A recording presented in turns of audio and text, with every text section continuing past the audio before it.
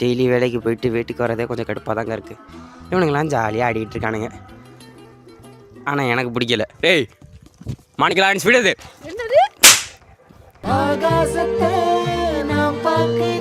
வணக்கம் மக்களே, நீங்கள் பார்க்குறது ஊசி கமெண்ட்ரி. இன்றைக்கி என்ன பார்க்க போகிறேன்னு பார்த்தீங்கன்னா, என்னோட பட்ஜெட் பிசி 130Kக்குள்ளே என்னோட ப்ரிஃபரன்ஸ் என்னங்கிறத பற்றி தான் இந்த வீடியோவில் பார்த்தீங்கன்னா பார்க்க போகிறோம். லாஸ்ட் ஒரு 1 month தான் நான் இதே பழப்பாக தான் பார்த்தீங்கன்னா தெரிஞ்சுக்கிட்டு இருக்கேன்.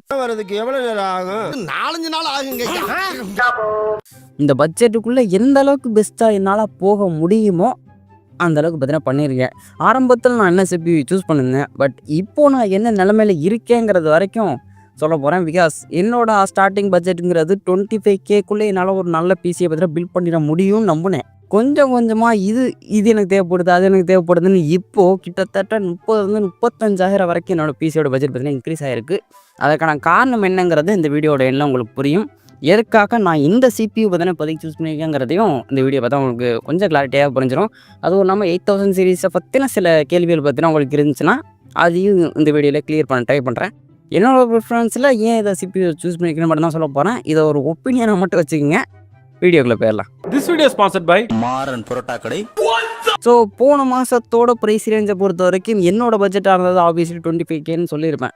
அப்போதைக்கு என்னோட ஸ்டார்டிங் CPUவாக இருந்தது பார்த்திங்கன்னா 5600 GT.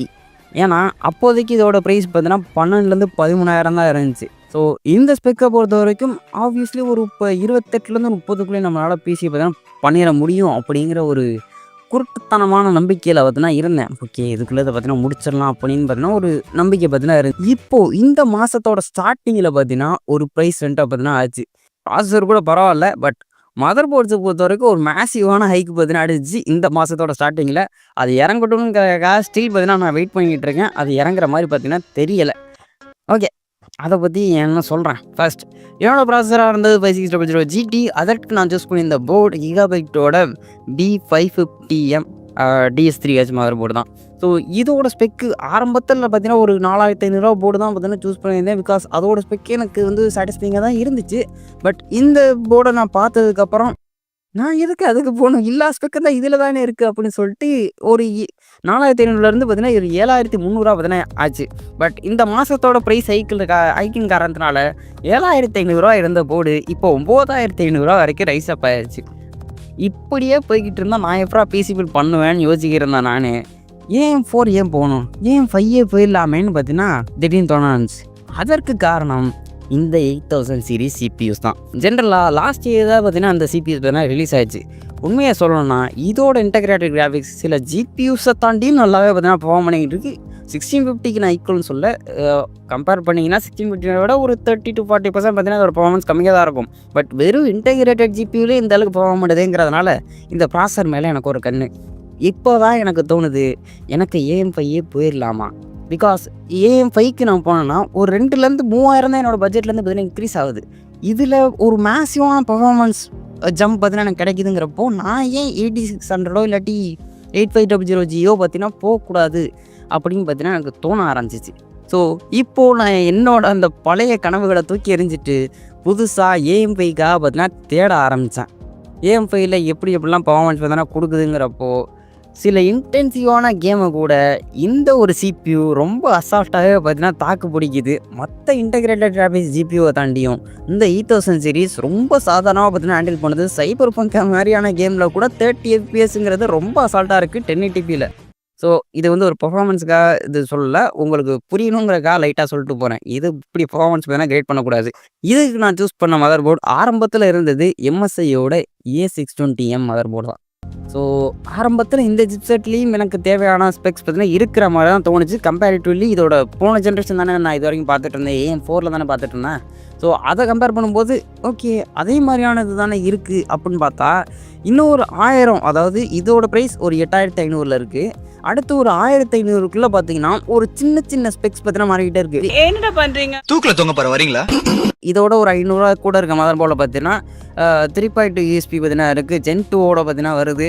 And then RR lightning அந்த மாதிரி சின்ன ஒரு ஃபீச்சர்ஸ் பார்த்தீங்கன்னா ஒரு மதர் போர்டுக்கு பார்த்தீங்கன்னா மாறிக்கிட்டே இருக்குது. குவாலிட்டி வைஸாக பார்த்தீங்கன்னா நான் சூஸ் பண்ணுறது ஏஸ்ராக்காக இருக்கும், இல்லாட்டி ஆசஸாக இருக்கலாம். பட் ஆசஸில் பார்த்தீங்கன்னா ஒரே ஒரு போர்ட் மட்டும் தான் வச்சுருந்தாங்க. விஜிஏ மட்டும் இல்லை விஜிஏ இருக்காது, ஹெச்டிஎம்ஐ மட்டும் தான் வச்சுருந்தாங்க. வெறும் ஹெச்டிஎம்ஐ ஒரே ஒரு போர்ட்டு தான் டிஸ்பிளே போட்டால் தான் இருந்துச்சு.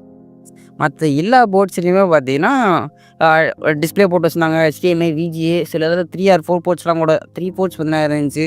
ஸோ இந்த ஒரு காரணத்தினால பார்த்தீங்கன்னா நான் ஆசஸோட அந்த B650 மதர் போர்டை பார்த்தீங்கன்னா தவிர்த்துட்டு மிச்ச போர்ட்ஸை பார்த்தீங்கன்னா பார்க்க ஆரம்பிச்சதில் எனக்கு வந்து ஏஸ்டாக்கோட B650 மதர் போர்டு கொஞ்சம் எனக்கு ஆப்ட் ஆகிற மாதிரி பார்த்தீங்கன்னா தோணுச்சு. பட் போன மாதத்தோட கடைசி வரைக்கும் இதே 8500G 13,000 தான் இருந்துச்சு. இப்போ 15,000 வரைக்கும் ப்ரைஸ் ஹைக் ஆகிருக்கு. ஸோ நான் என்ன பண்ண போகிறேன்னா அடுத்து ஒரு 10 நாள் வரைக்கும் என்னோடய பிசி பில்டிங் கனவை பார்த்தீங்கன்னா போட்டு புதைச்சி வைக்க போகிறேன். இந்த மாதத்தோட ஆரம்ப கட்டத்தில் பார்த்தீங்கன்னா எல்லா காம்போனன்ட்ஸோட ப்ரைஸும் பார்த்தீங்கன்னா ஒரு இருக்கிறத விட ஒரு 2-3% பார்த்தீங்கன்னா இன்க்ரீஸ் ஆகி தான் இருக்குது. ஆனால் அது 10ஆம் தேதி 15ஆம் தேதிக்கு அப்புறம் பார்த்தீங்கன்னா ஆட்டோமேட்டிக்காக அதே பார்த்தீங்கன்னா கொஞ்சம் ட்ராப் ஆக ஆரம்பிக்குது. எல்லா மாதமும் இது நடந்துகிட்ருக்கு. நான் கொஞ்சம் வெயிட் பண்ணி பார்த்தீங்கன்னா இதை பில்ட் பண்ணலாங்கிற ஐடியாவில் பார்த்தீங்கன்னா வந்துட்டு அப்போது எல்லா காம்போனண்ட்டையும் நான் ஆன்லைனில் வாங்க போகிறேன்னு கேட்டிங்கன்னா நெவர். அந்த தப்பை மட்டும் நான் பண்ணவே மாட்டேன்டா. பிகாஸ் நான் இப்போ என்ன பண்ண போகிறேன்னு பார்த்தீங்கன்னா என்னோட நான் ஃபங்க்ஷனலாக இருக்கிற காம்போனன்ட்ஸை மட்டும் ஆன்லைனில் வாங்க போகிறேன். லைக் கேபினட் அண்டு கீபோர்ட்ஸ் அந்த மாதிரியான பெரிஃபரல்ஸ் மட்டும் நான் பார்த்தீங்கன்னா ஆன்லைனில் வாங்குகிற ஐடியாவில் இருந்தேன். ஆல்ரெடி பார்த்தீங்கன்னா நான் வாங்கி வச்சுட்டேன். குறிப்பாக நான் இந்த கேமராட்டை சூஸ் பண்ணதுக்கு காரணம் இதோட ஏர்ஃப்ளோ தான். இதே பட்ஜெட்டில் இருக்க சில நல்ல லுக்காக இருக்க கேபினெட்டு பார்த்தீங்கன்னா கொஞ்சம் கிடைக்கிறது கஷ்டம். அந்த வேலையில் ஆண்ட் வேல்யூவோட குவாலிட்டி அண்ட் தென் அவங்களோட அந்த ஃபேன் ப்ரிப்பரேஷன் எனக்கு வந்து நல்லா இருந்துச்சு. பிகாஸ் ஃப்ரண்ட்டில் பார்த்தீங்கன்னா 2 ஃபேனு, பேக்கில் ஒரு ஃபேன் வச்சுருக்கோம்.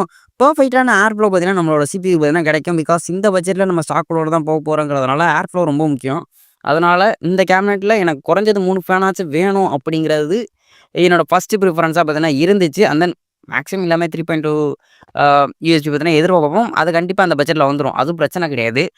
பட் அந்த ஃபேன் எனக்கு ரொம்ப முக்கியமாக பட்டுச்சு. பிகாஸ் ஏஎம்டியை பொறுத்த வரைக்கும் ஹீட்டிங் இஷ்யூ ஒரு பஞ்சாயத்தும் பார்த்தீங்கன்னா இன்னும் இப்போதைக்கு வராது. பட் இன்னும் 2 வருஷத்தில் பார்த்தீங்கன்னா வரும்.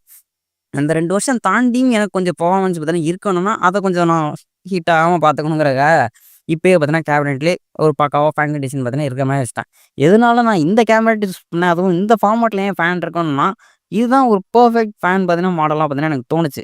பிகாஸ் 2 ஃபேன் ஃப்ரண்ட்டில் இருக்க 2 ஃபேன் பார்த்தீங்கன்னா கரெக்டாக ஏர்ஃப்ளோ பார்த்தீங்கன்னா உள்ளே எழுதும். அதே நேரத்தில் பேக்கில் இருக்க ஃபேன் பார்த்தீங்கன்னா உள்ள ஹீட்டாக இருக்க காற்றை பார்த்தீங்கன்னா வெளில ஓடும். இது ஒரு பர்ஃபெக்டான சைக்கிளாக பார்த்தீங்கன்னா இருந்துச்சு. அப்புறமத்தில் பார்த்தீங்கன்னா இன்னொரு கேஸுமே பார்த்தீங்கன்னா சூஸ் பண்ணியிருந்தேன் ஜெப்ரானிக்ஸோட ரோபஸ்ட். லுக் வைஸாக செம்மையாக இருந்துச்சு. இப்போ ஃப்ரண்ட் அண்ட் பேக்கில் பார்த்தீங்கன்னா அந்த கிளாஸ் பேனல்லாம் கொடுத்துருக்காங்க, லுக்கு செம்மையாக இருந்துச்சு. அந்த இதுலேயுமே 3 ஃபேன் இருந்துச்சுங்கிறதுனால ஃபஸ்ட்டு இதை தான் சூஸ் பண்ணியிருந்தேன். பட் இந்த ஃபேனோட கான்ஃபிகரேஷன் தான் எனக்கு அப்புறம் கொஞ்சம் பிரச்சனையாச்சு. பேக்கில் இருக்க ஃபேன் எப்பயுமே பார்த்தீங்கன்னா சிபியூக்குள்ளே இருக்க அந்த ஹீட்டை பார்த்தீங்கன்னா வெளியே இழுத்து விடும். அது அதோட பிரைமரி வேலை. ஸோ பேக் ஃபேனை நம்ம டச் பண்ண முடியாது. இந்த மிச்சம் இருக்க சைடுன்னு பார்த்தீங்கன்னா அந்த ஃபேன்ஸ் ஒன்று கீழே இருக்கணும், இல்லாட்டி மேலே இருக்கணும். கீழே இருந்தால் மட்டும்தான் அந்த நியூ ஏரை பார்த்தீங்கன்னா இழுத்து கொடுக்கும். டஸ்ட்டு பார்த்தீங்கன்னா எந்த வகையிலும் பார்த்தீங்கன்னா சிபியூக்குள்ளே வராது. பட் மேலே வச்சோம்னா இருக்கிற டஸ்ட்டு பூராமே பார்த்தீங்கன்னா நம்ம சிபியூக்குள்ளே செட்டில் ஆகிறதுக்கான பாசிபிலிட்டி. ஸோ இந்த வகையில் இது பர்ஃபெக்டாக இருக்குங்கிறதுனால தான் ஆண்ட் வேல்யூவோட இந்த ஒரு கேஸை பார்த்தீங்கன்னா நான் சூஸ் பண்ணியிருந்தேன். AM4 இருந்துச்சுன்னா இந்த நேரம் ஈஸியாக 16GB ரேம் பார்த்தீங்கன்னா போட்டுவிட்டு போயிட்டே இருக்கலாம். கரெக்டாக அது பட்ஜெட்லேயும் முடிஞ்சிருக்கும். போர்டோட ரேட்டும் அவ்வளோ வரப்போகிறதில்ல. சிபியூ மட்டும் கொஞ்சம் அந்த பட்ஜெட்டில் கரெக்டாக செட் ஆகிற மாதிரி இருந்துச்சு. பட் AM5 போகும்போது எனக்கு எல்லாமே இடிக்குது. நான் ஏதாச்சும் கட் அவுட் பண்ணால் மட்டும்தான் இந்த பட்ஜெட்டில் என்னால் சர்வே ஆக முடியுங்கிற மாதிரி தான் ஓடிக்கிட்டு இருந்துச்சு.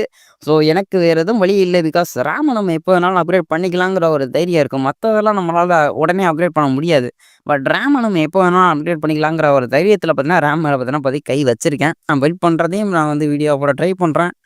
போட்டுருவேன், கண்டிப்பாக போட்டுருவேன். அண்ட் தென் அதுக்கான டெஸ்க் இல்லாமல் ரெடி பண்ணணும். அந்த டெஸ்கில் ரெஸ்டரேஷன் பண்ணலாங்கிற ஐடியாவில் இருக்கேன். எங்கள் ஐயாவோட ஒரு பழைய பெஞ்ச் பார்த்தீங்கன்னா எங்கள்கிட்ட இருக்குது. ஸோ அதை தான் பார்த்தீங்கன்னா ரெஸ்டோர் பண்ணலாங்கிற ஐடியாவில் இருக்கேன். முடிஞ்சால் பிசி பில்ட் பண்ணும்போது அதையும் ரெஸ்டோர் பண்ணி எப்படி ரெஸ்டோர் பண்ணோம், எவ்வளோ செலவாச்சு அதெல்லாம் சேர்த்து போட ட்ரை பண்ணுறேன். அண்ட் தென் எஸ்எம்பிஎஸ்ஸை நம்ம வந்து கணக்கு பண்ணுறதுக்கு டிடிபி எவ்வளோ வருதுன்னு பார்க்கணும். ஸோ ப்ராசஸரை பொறுத்த வரைக்கும் ஒரு 125 வாட்ஸ் அப்ராக்சிமேட்லி வருது. அண்ட் தென் மதர் போர்டு அது ஒரு 65 வாட்ஸு இப்படியும் போட்டு 1.5 பார்த்தீங்கன்னா கணக்கு பண்ணோன்னா ஒரு 325 to 350 வாட்ஸ் பார்த்தீங்கன்னா வருது. அப்போ 400 வாட் எஸ்எம்பிஎஸ்சி நமக்கு இப்போதைக்கு போதும். பட் இருந்தாலும் ஒரு 450 வாட் பார்த்தீங்கன்னா போட்டு வச்சுக்குவோம். எனக்கு தெரிஞ்சு இந்த 8000 சீரிஸோட அப்ராக்சிமேட்டான ஒரு டிடிபியை வச்சு தான் நான் கணக்கு போட்டு வச்சுருக்கேன். மேபி இதோட கூட எடுத்தாலும் என்னால் லேட்டராக பார்த்தீங்கன்னா அப்கிரேட் பண்ண முடியாது. இப்போதைக்கு என்னோட டைப் பட்ஜெட்டில் நான் எந்த அளவுக்கு குறைக்க முடியுமோ பார்த்தீங்கன்னா குறைச்சிக்கிட்டு இருக்கேன். நீ பேசுகிறதெல்லாம் பார்த்தா அடுத்த 2 வருஷத்துக்கு ஜிபி பற்றி பேசவே மாட்டா போலே அப்படின்னு தோணுதா? அதுவும் உண்மைதான். பிகாஸ் இது இன்டகிரேட்டட் கிராஃபிக்ஸ் தான் நல்லா தான் பெர்ஃபார்ம் பண்ணும். அடுத்த 2 வருஷத்துக்கு எனக்கு எந்த விதமான குறைகளும் பார்த்தீங்கன்னா, என் கண்ணுக்கு தெரியாதுங்கிற ஒரு நம்பிக்கையோட தான் பார்த்தீங்கன்னா, அந்த 8500Gங்கிறத பார்த்தீங்கன்னா சூஸ் பண்ணியிருக்கேன். பட் இதில நான் ஜிபியூ அப்கிரேட் பண்ணணும்னு நெனச்சா, இங்க ஒரு பிரச்சனை இருக்கு. 8600G நமக்கு PCIe X8 பார்த்தீங்கன்னா சப்போர்ட் பண்ணும். PCIe 4 X8 வரைக்கும் பார்த்தீங்கன்னா லேன் சப்போர்ட் பண்ணும். அதாவது 8 லேன்ஸ் பார்த்தீங்கன்னா சப்போர்ட் பண்ணும்.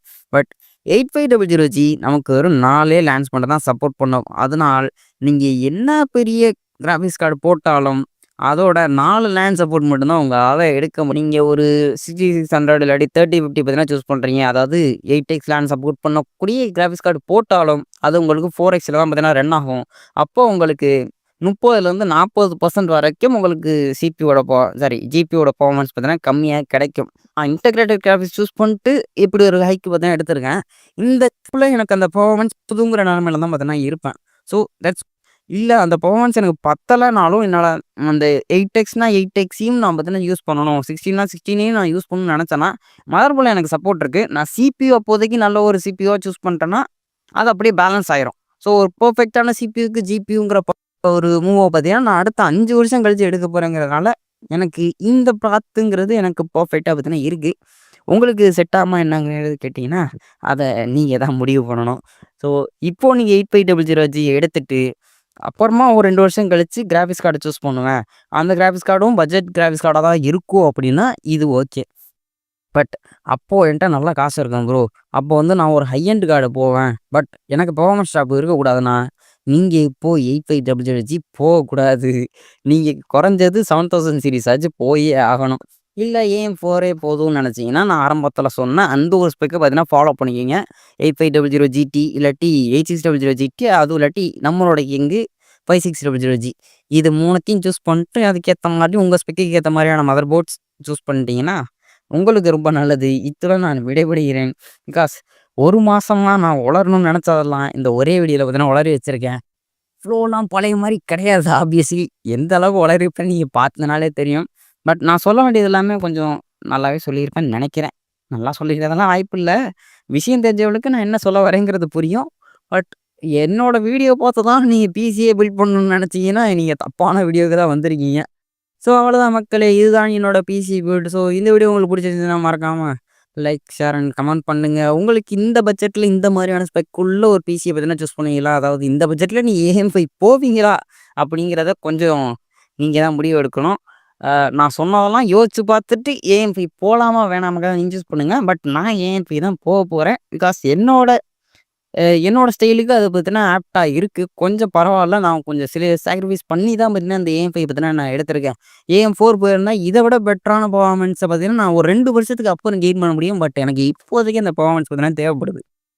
அதனால மட்டும் தான் நான் பார்த்தீங்கன்னா AM5 பார்த்தீங்கன்னா போறேன். அவ்வளோதான். நான் சொன்னதே திரும்ப திரும்ப சொல்லிட்டு இருக்கேன்னு நெனைக்கிறேன். ஸோ அவ்வளோதான் மக்களே. So what 在爱的回归线